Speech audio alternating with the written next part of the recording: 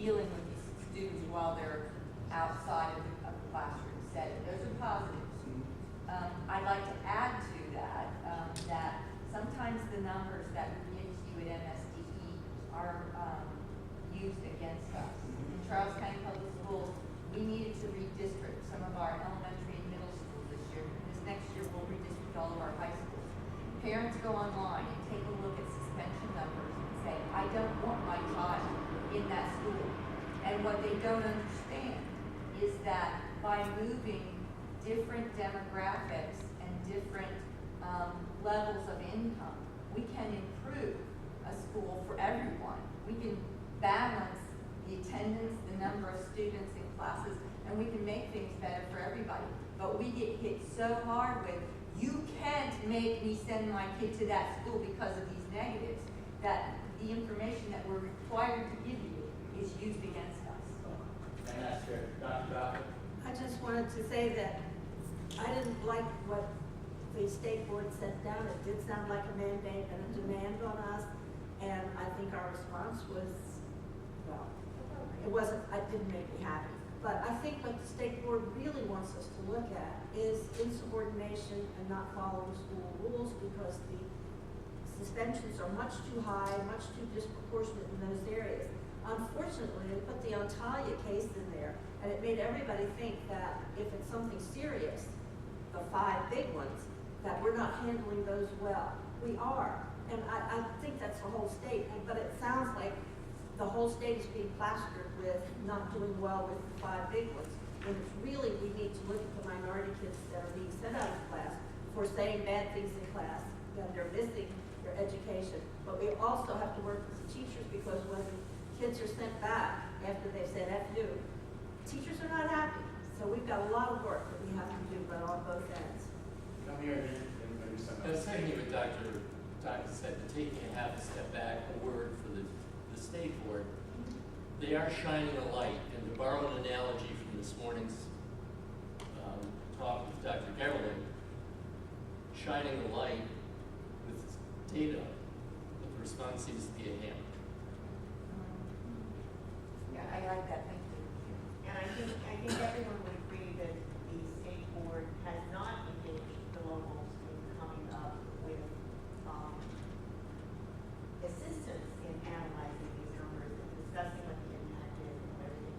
I think there was very much a sense of resentment, the fact that this was pretty much came out as a done deal as opposed to being a collaboratively developed review and analysis and approach to where we're going. But all of it was happening.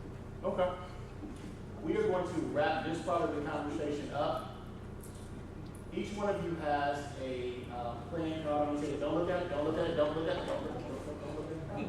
We're about to play a game. After lunch, I know how it is. I don't know if you had chicken or turkey or whatever it is. I know that we get a little, I know I get loopy after lunch.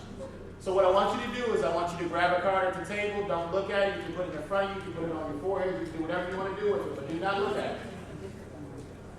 Now I want you to get up, and essentially the goal of this game is the higher your card, you gauge everybody in the room, the higher your card, the more likely or the more likable you are to have lunch with. So if you have a 10, an ace, I'm a king. king, don't.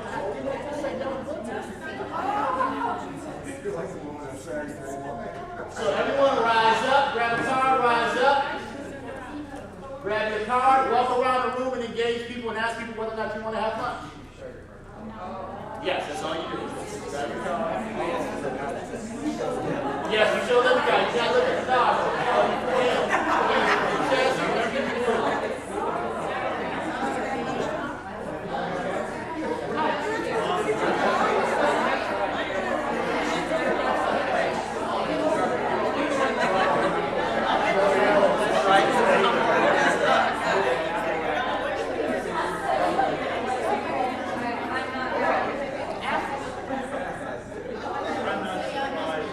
Yeah, that's what I was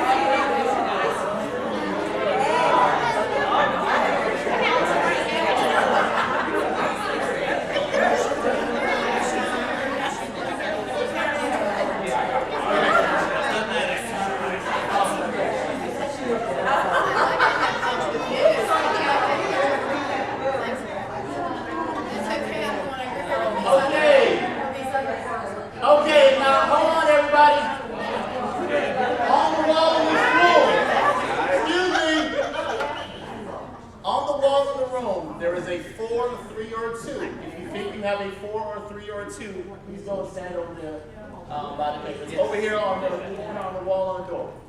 What did you say? Don't look. Don't, that's what I'm saying. Don't look. Don't look. Don't look. Now, if you believe that you have a 7, a 6, or a 5, go to that corner right there. By the door. I think mine might be higher than low. I don't know. If you believe you have a 7, a 9, or an 8, go here. And if you believe you have a king, a jack, or an ace, come here. Now, you're the second. You're the second. Second least desirable. And I may be the leader. I did somebody. I did not know.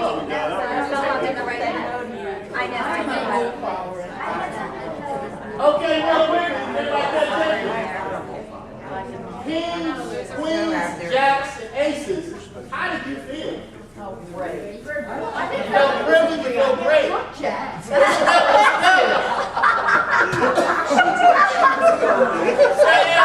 Sandy's over there. Ladies, come over there. Listen up. Listen up. How did you guys feel? The kings, the queens, the jacks, and the aces. They felt privileged. I felt like George. We don't have to Felt like George Floyd. Okay, next up. The 10, the 8s, and the 9s. How do you feel over there? How do you feel over the 5s? They're lukewarm, but they're... Some people loved me, some people hated me. Okay. The 5 was at the 7, 6, and 5s. What was your feeling? Rejected. Rejected? Not totally rejected. Some are totally rejected, but we felt rejected. You felt rejected. Ah. You guys, the 4, 3s, and the 2s, what did you feel We're like? gonna have lunch together. You're going to have lunch together. And we're gonna be fun. Okay, now I'm going to use them as a quick example. Somebody talked about earlier about suspensions and saying that basically 30 kids represent 50% of your population that is suspended. Because Who do you think is that 30 together? them right there. And the question, if they have been isolated or ostracized, Yeah. where do they find commonality? They find commonality with folks who are just like them. Inappropriate behavior. Exactly with it. Well, if you don't want me here, you don't like me, I'm gonna show my hind And we're gonna have a great time. Yeah, we are gonna have a great time. Thank you for participating. You can go back to your seats. You just put it on the table, I'll play.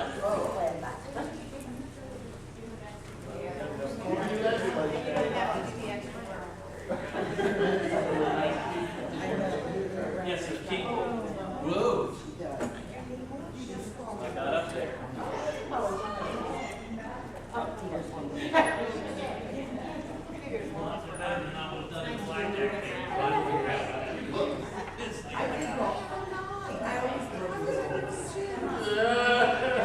don't know.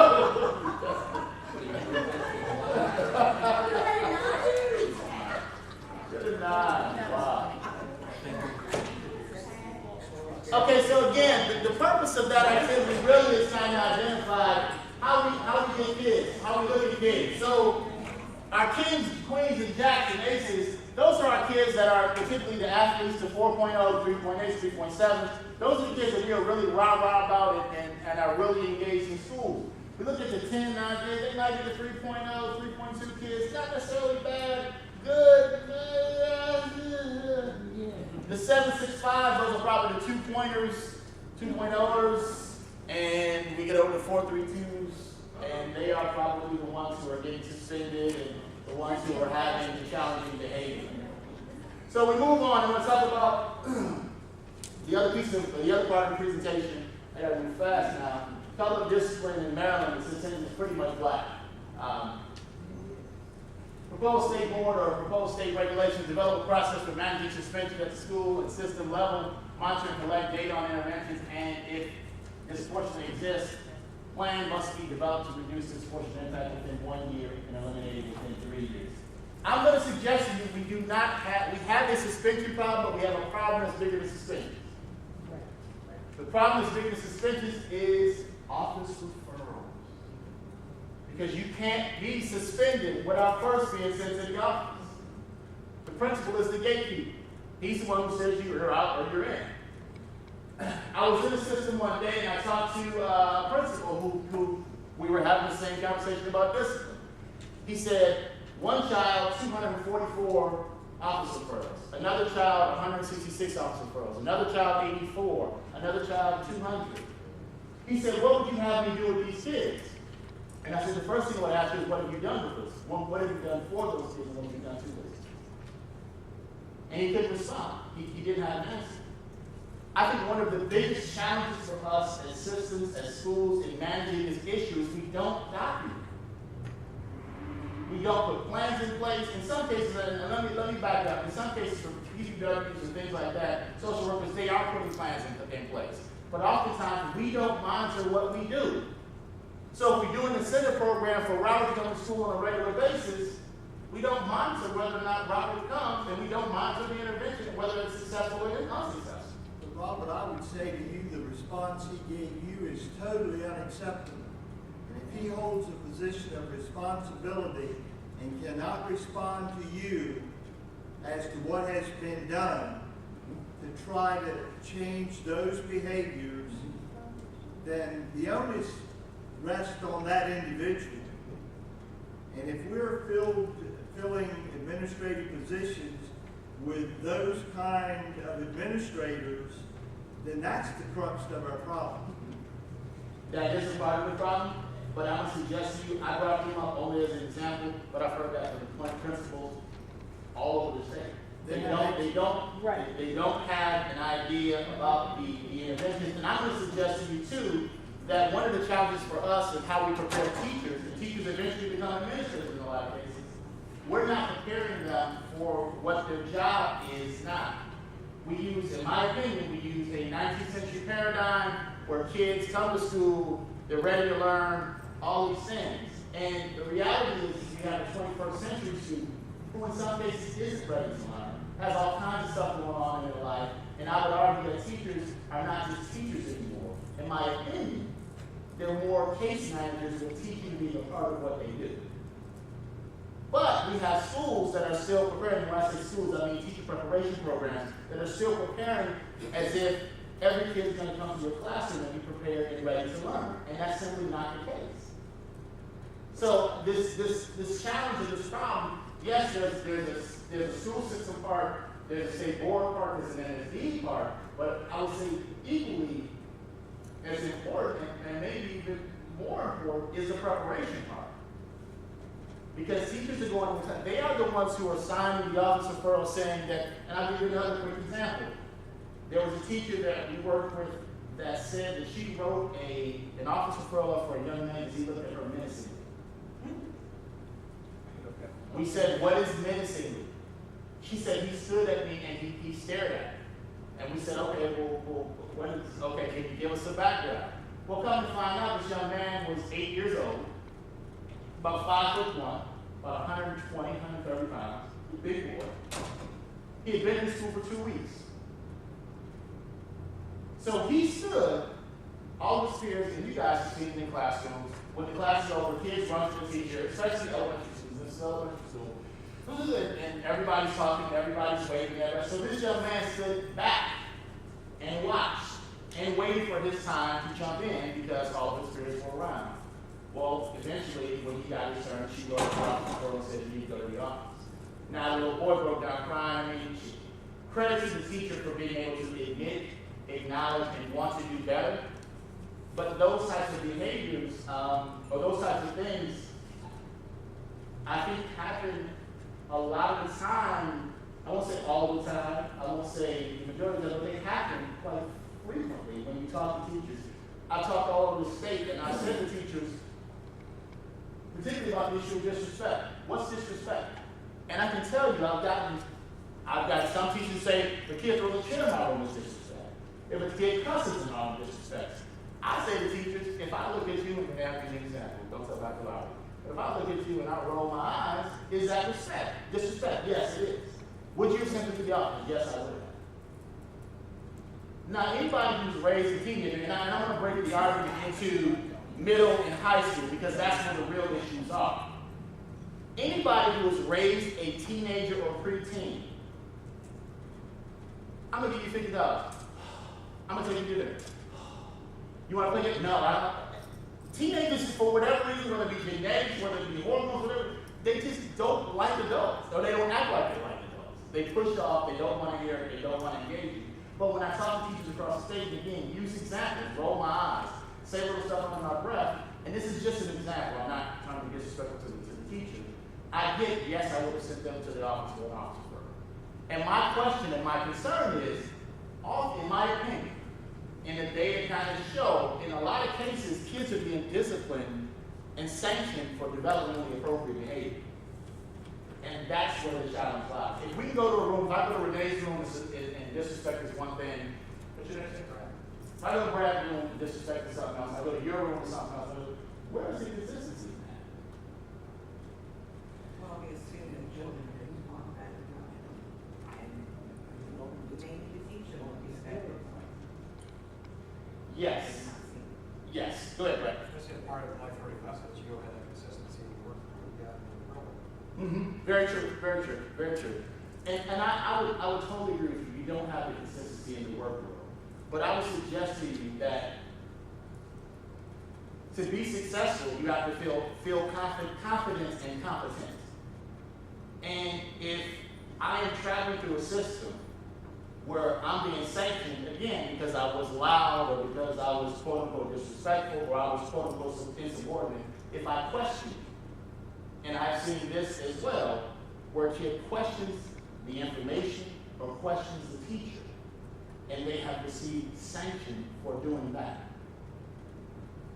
I'm finding it hard to stomach and to, especially in the age group. A 12-year-old, a 13-year-old, 14-year-old, 15-year-old, 16-year-old, they all question. And quite frankly, by the time they get to about 11, parents know everything. Between 11 and 12, parents become students, people don't play. And then the process, as they get older and they go through college, then they recognize, oh, mom and dad work. But unfortunately, again, what I hear, and I've had conversations with teachers all over the state, so I'm not using this as one particular jurisdiction over another. This is all over the state. You'll see a slide a little bit later on. It also that was taken from school staff across the state. It concerns me that kids are being sanctioned again for developmentally appropriate behavior. I'm not suggesting that a kid should be able to say Rose, F you, or anything like that. But when kids are saying somebody's cute and they're being suspended, be it out of school or in school, they didn't say something sexual. They said that the teacher was cute or they thought the teacher was attractive. Those are things that kids do. I mean, I don't know about you guys, but I know I had crushes on my teachers when I was in school. I mean, I might have said somebody was cute, but I don't think that necessarily warranted a suspension. Somebody had a question back here, and I'm going to come to you. Did you have a question? Yes. I just had a statement. You notice that so many times parents allow certain behaviors at home. So then the child comes to school and he meets his teacher who is disagreeing with the behavior or the language or the subject or keep or whatever. And so that causes a conflict for the student. And of course,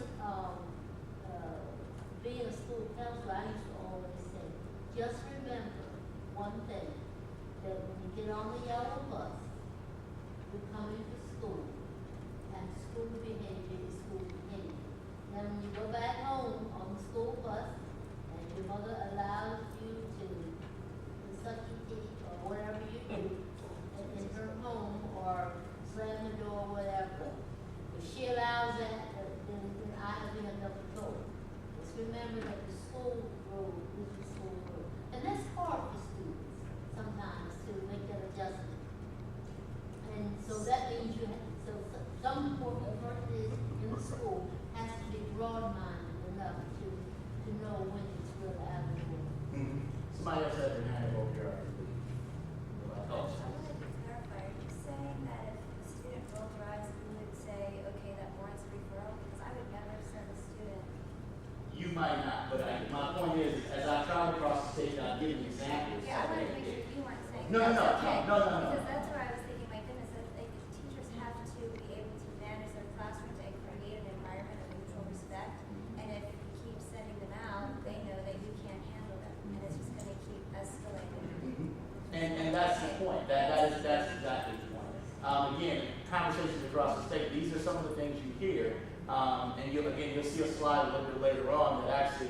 is in my opinion, quite disturbing because it's done across the state, it's been done across the state, it's been done with different people in school buildings.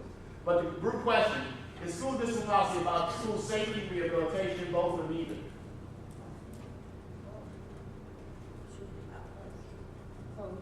Both?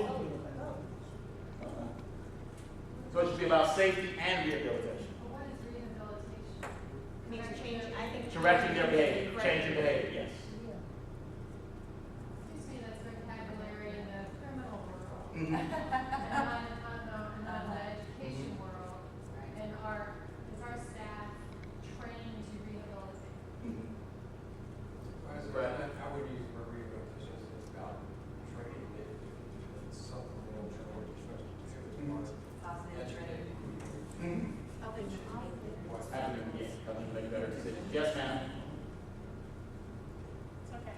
It's okay. Okay, so we say it's both. I think it's just safety. You say it's just safety. It's not about helping them work in the building or helping them abide by the rules. It's your job is to educate. It is to educate. Yes. Right. But it's educating about appropriate behavior, so it's learning from the incident so that it's not repeated. The discipline should be directed at ensuring the child can come back and be part of it. So that means reinforcements and supports, not just the single act. My question was specifically the roles, because I thought you were questioning whether or not you were just about school education or education including the social skills and all those things that are needed to navigate school. I guess it comes down to almost reaching too far. I mean, I would like to see the behavior corrected, but are we ready to take on that whole role? Do we have the staff trained to do what correctional officers do? That's a larger question. Right. Yes. I was just thinking in terms of the very first speaker we had at our opening lunch, we were thinking about the workforce in 2020 and working in small groups and working together. So we're not just educating, but we're teaching societal norms that will be the reality of their workforce world. And so as I've been sitting here thinking, I've been thinking about the teachers I know who are most successful. And they're usually the teachers who sit down with the class at the beginning of the year and write out, okay, we're going to create our rules for the year. And we're going to talk about what you think respectful is and what I think respectful is. And when we have that conversation, we seem to get along. And those teachers tell me, I don't have any bad kids. I don't have any bad kids. But there's always a test. There's always a test. There always is. Well, maybe the word is what's bothering me. So yeah, we changed the Discipline vocabulary. means teaching. Right, right. Discipline is more the function than anything. Okay, that's fair. Real quick story. I used to teach at Showdown Youth Facility. Everybody knows the Showdown Youth Boys Village. I used to have a rule in my classroom that if you use the N-word or you curse, you had to give me 20 push-ups. And my boys got so invested that they would call each other and we would all drop and do 20 or whatever it was. But to your point about building relationships and connecting with your kids, one day I had a particular beef with my PG County boys and my Baltimore City boys. And there was going to be a fight, and I was in the room by myself, and there were about 30 boys in the room. And I stood between them, stopped them, and then the leader of the PG boys came in, and they looked at me and said, "No, Mr. Murphy, this needs to happen." And the boys grabbed me by the arm. It wasn't a hard grab, but he said, "Mr. Murphy, we need you to get out of this room. It's about to go down." And he grabbed my arm. He very politely led me to the door. He opened the door. He grabbed my briefcase. He gave it to me. And he shut the door, and all heck broke loose. My only point in that, in using that story, is that these were quote-unquote hardened criminals. These were robbers, drug dealers, murderers, attempted murderers, you name it. But they had enough love and respect for me to say, we don't want you to get hurt. So we're going to get you out of this because it's about to go down. So I say all that to say, just to kind of piggyback on what you said about your teachers and managing and having relationships, all of this is about relationships. If most teachers who actually have control of their classroom, they don't have to raise their voice. there are already cultural norms. They've built relationships with kids, and quite frankly, those kids check each other. Oftentimes, the adult doesn't even say anything, unless there's somebody that really shows themselves. But real quickly, MSD reports on student discipline, and this is related to conversations that we've had with people who sometimes say that, that people weren't a part of the process. We produce like 7 or 8 different reports on student discipline. A lot of them bring up the issue of disproportionality. A lot of them talking about things on educational services and so on and so forth. And on those committees, a lot of people from the local school system serve. Task Force on School Safety, Task Force to Raise Compulsory Attendance, and student discipline review of local policies and procedures. So that's just an FYI. If you look at the disruptive behavior process, typically, in all cases, it's stimuli, whether the stimuli is internal or external. Emotion, I was hurt, I'm angry, I felt disrespected, and an action is I cursed at the teacher, or I slept all day, or whatever it is that I may have done. Maryland enrollment in school in suspension. Middle school seems to be the biggest problem that we have. When you look at the numbers, the suspensions last year and almost every year, it's almost like the kids in 5th grade go to summer camp with Satan. And they come back, yeah, we down for Satan, yeah! Because the suspensions doubled and then some. So the 5th grade year, we had 2,807 suspensions across the whole state. 6th grade, it jumped up about 6,400. And it just keeps jumping up. And quite frankly, between grade 6 and 10, we got 77% of our suspensions. You see at 9th grade it peaks, and then it starts to decline. But from 6th grade to 10th grade,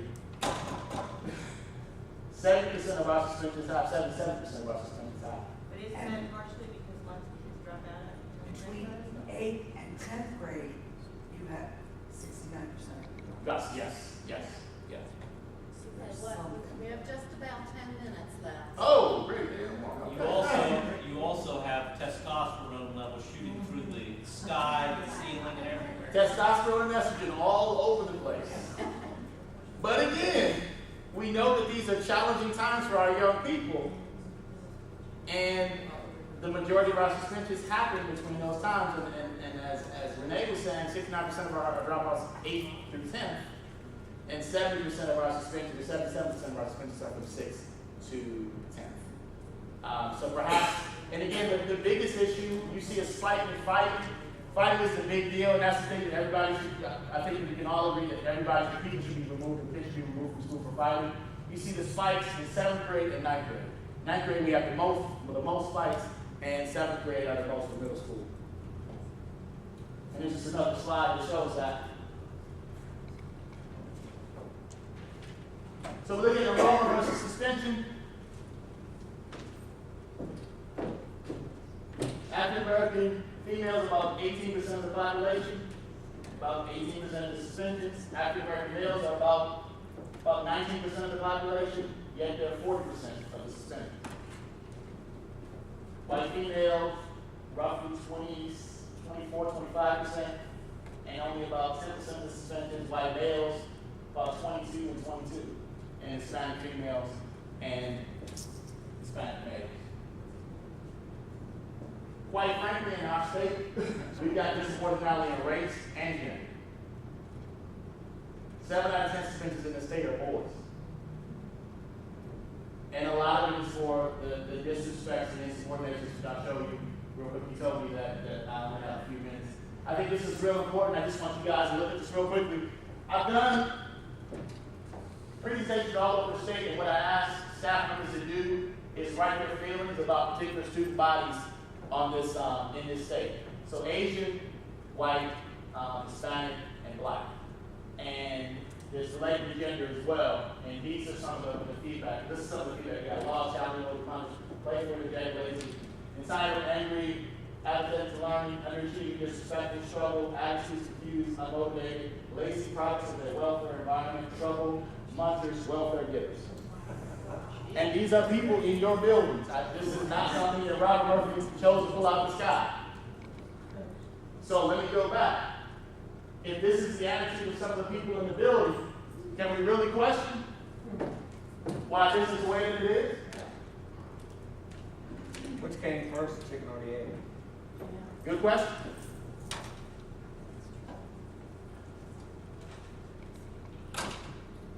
So another question about the majority suspensions in Maryland, and I'm trying to rush, in Maryland for violent behavior? No. And I'm going to do real quickly. Finding is the top one as the individual category, but you look at all of those things under that, nothing is violent. And quite frankly, 67% of our suspensions are for nonviolent offenses or nonviolent behavior. It's disrespect, insubordination, attendance, other, which means you're suspended because you're carrying a cell phone, an electronic device, or you're cheating, or whatever it is. But they're not violent offenses or violent things. And I know a lot of us, I'm going to come to you in 2 seconds. A lot of times we have these conversations and everybody says we need to keep the schools safe for kids. If the kid is being sassy or whatever it is, I don't know that that's violent or that's a safety issue for other kids. Perhaps it's kids, but. As long as they're not, I guess if they're being sassy or more like if they're bullying a fellow student, that's where there's emotional harm. So it might not be considered violent, but it's still a suspendable offense. And it might be called insubordination because the administration has said you need to stop bullying and the student isn't. But I just think there's some real harm, some permanent harm that can be done with bullying. And this disciplinary, these rags are going contrary to our bullying initiative, anti-bullying initiative. And I would suggest to you that when you look at the harassment data, which is the bullying and harassment, you only have about 1,000 of those cases across the state. Now we get forms. Those forms are reported to the principal, and whatever the principals do with that form is whatever. But these are related to suspensions related to bullying and harassment, and there are only about 1,000 of those statewide. So I hear what you're saying, and I totally agree with you, but data-wise, we don't see that the bullying and harassment is really, it's an issue, but it's not the issue as these others are. Yes, ma'am. I'm not sure exactly how I want to say this, but one of the things we've been talking about is suspensions make it hard to deliver the educational services to students. I think some of the things you're talking about that are nonviolent make it impossible to deliver educational services to the rest of the class. And so I think one of the things you have to look at is what is the impact of a student's behavior on our mandate to deliver services to a class of 25 to 30 students, not just the one student, and that has to be weighed against the needs of the entire class. And so if what's happening is constant disruption, constant things that take the teacher away from the duty to the rest of the students, we have to find a way to make that work so that all students get the services they're entitled to. And I think just the fact that it is not violent is not the issue. The issue is that our job is to make sure that services are delivered to children and that every one of them get what they're entitled to. And if one student or two students is constantly disrupting that and making it impossible to do that, then it is in the educational welfare of the rest of the students that the child needs to be removed from the class. How we continue to make sure services are available to that student is the issue, but I think just looking at it in terms of safety or violence is not the issue. The issue is our need to be able to serve the students in the classroom and the students that make up. And that's our job. But I think where I will push back is I would agree with you that there might need to be a removal.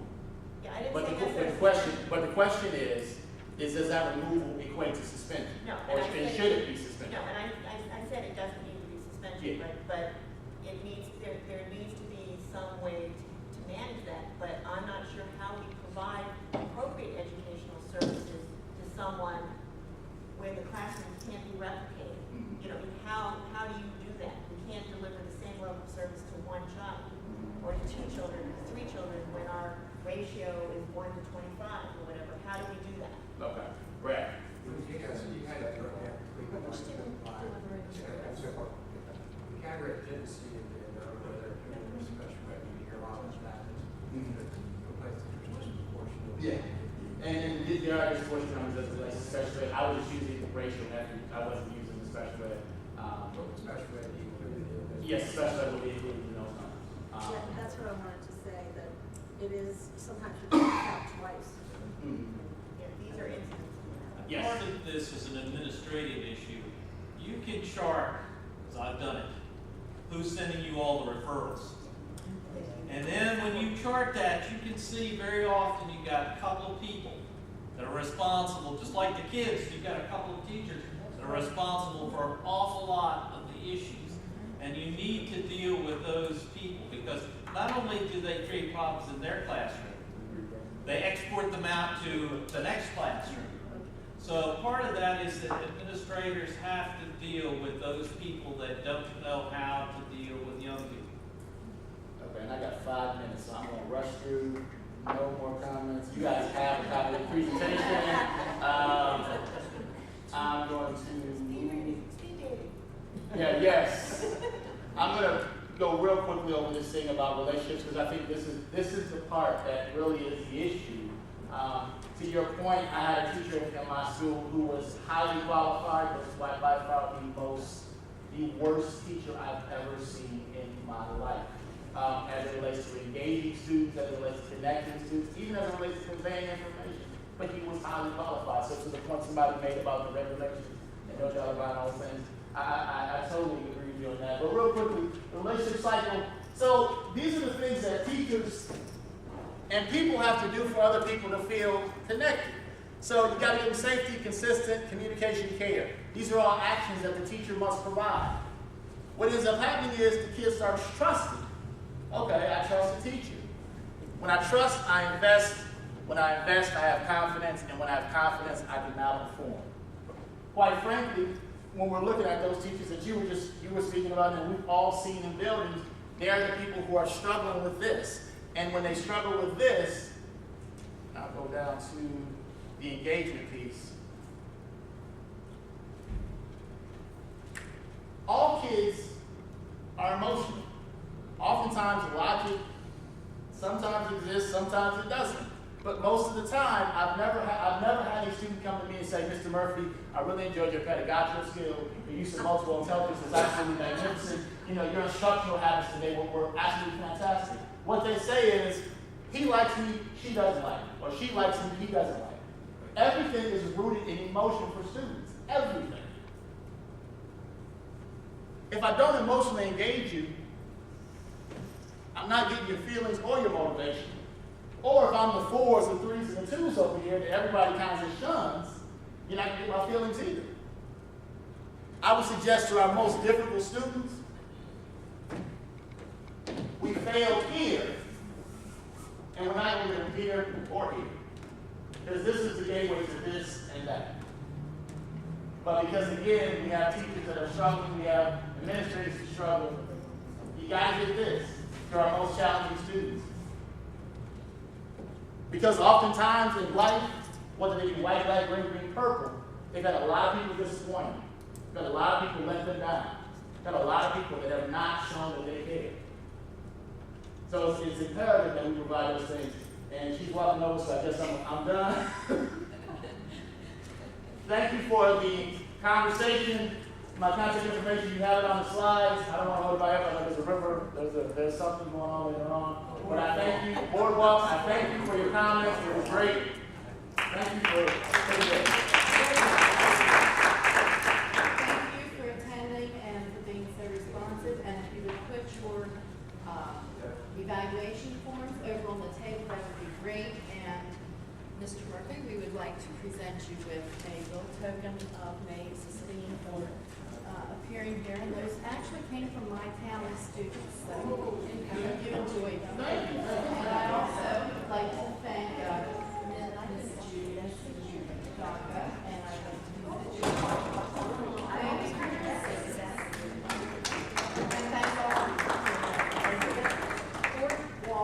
Boardwalk.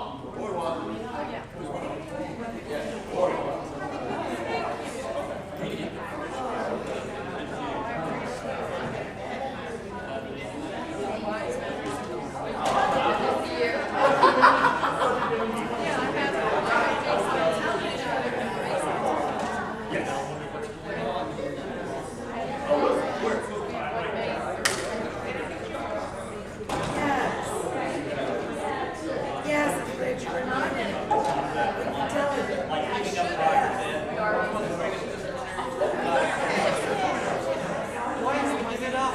You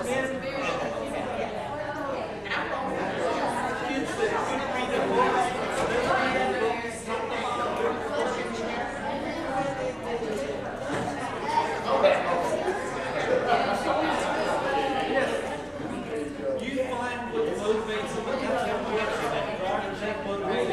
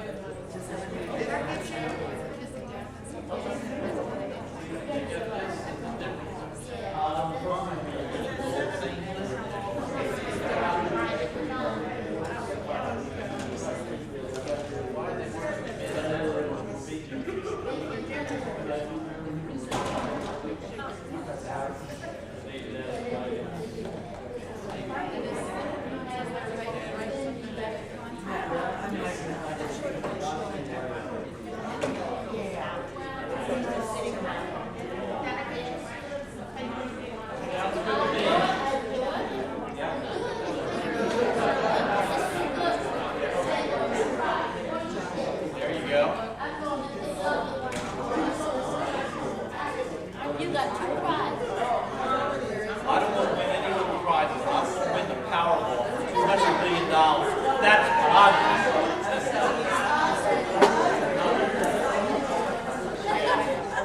Don't take my word for it.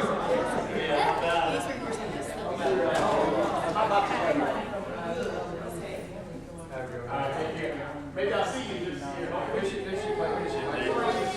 me tell you, they would say that money doesn't buy happiness, but it lets you choose your own kind of misery. That's what it's just like it says in the widower. Money won't buy love, but it can buy a damn good imitation of it.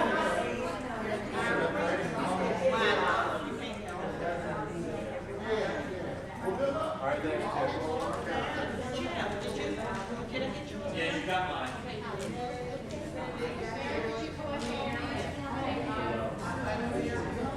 No, I appreciate that.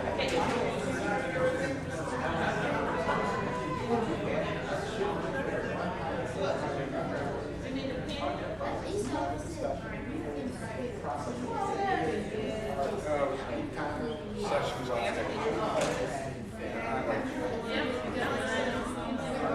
pretty great.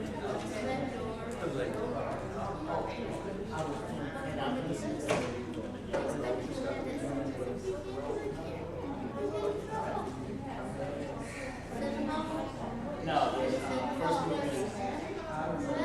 so you have my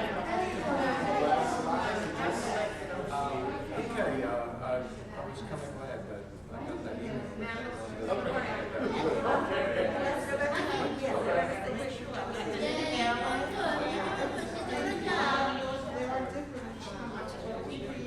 Nothing right enough.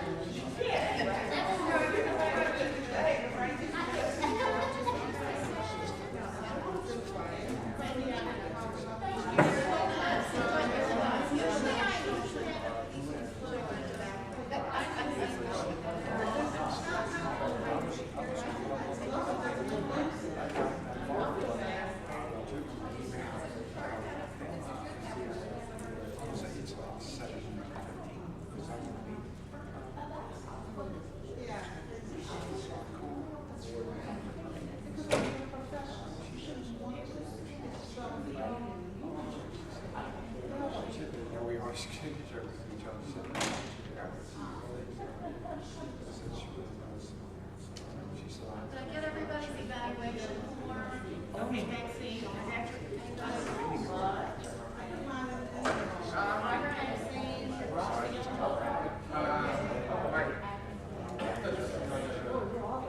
yeah. It's a short one, but you know what? They need to input individual needs and more. Okay, I got yours, right? Right. Okay, let me get these.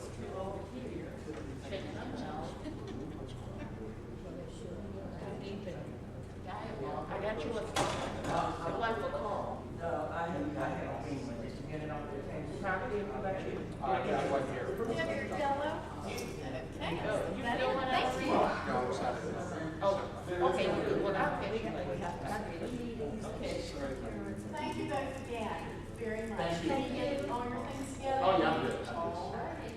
That's right. I'll see you Go later. enjoy the river ride. Thank you.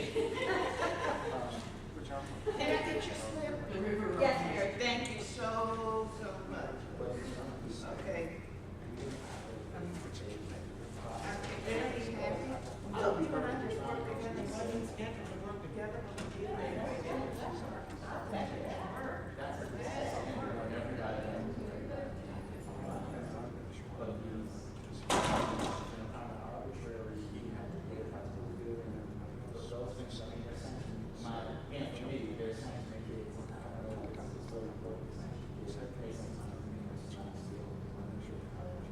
You know, anytime that teachers can't talk to kids about when they should have a judgment or whatever, that's something wrong.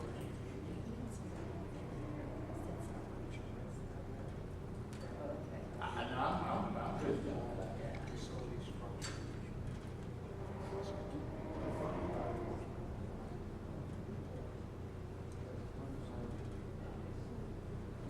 It's hard. And we're not going to get on this year, so. Because we don't know too many things.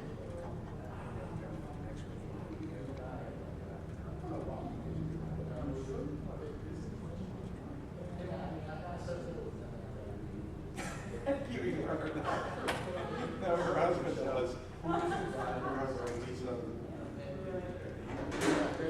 miles an hour. I'll tell you what, as reserve machines, you would never, if you met something, you would never put the two together about that one that comes through. Because she's reserved, she's extreme. Super. You know, they say there's things about the teachers that really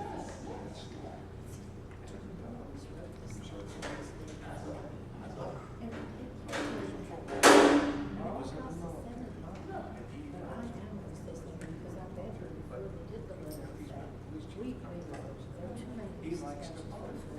And you stay in that paper. The fact that it came back, I told him. So I'm bringing it up for this meeting. It's a long way. It is. This is the most steps to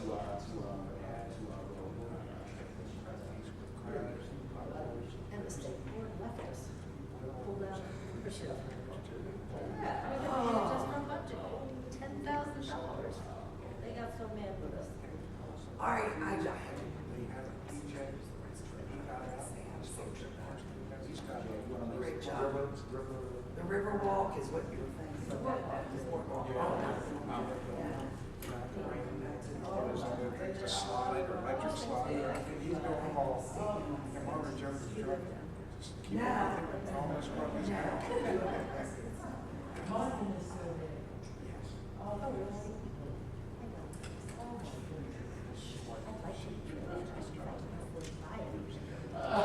This we've had for 30 years. I can hear it. Where's It's technical, so. Oh, yeah. Because there's one up here, Sunset. I think it's called Sunset or something like that. Yeah, there's one here now. And then there's one down there. But I'm going to go.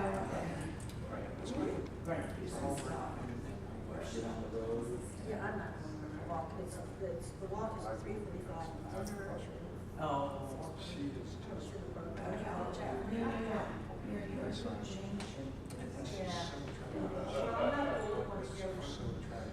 Usually I bring something left in that. It's so humid out there. Yeah, it is. All right, see you back later. I said, you were ready, you were ready. You let everything fall for the club. Yes, they are great. Okay, so you're driving right back. How long will it take you? Really? Yes. Sweet. It's not. Sometimes it takes about 4 hours. Well, yeah. Thinking about you, yeah. I live on the other side of everything. Yes. How's the inter-county, is the inter-county connector helping? Yeah. Okay, well, good. It saves about 15 minutes, 20 minutes going all the way over. Okay. That's at least something. Yes, it does help. Took us long enough to get it. Yeah, oh,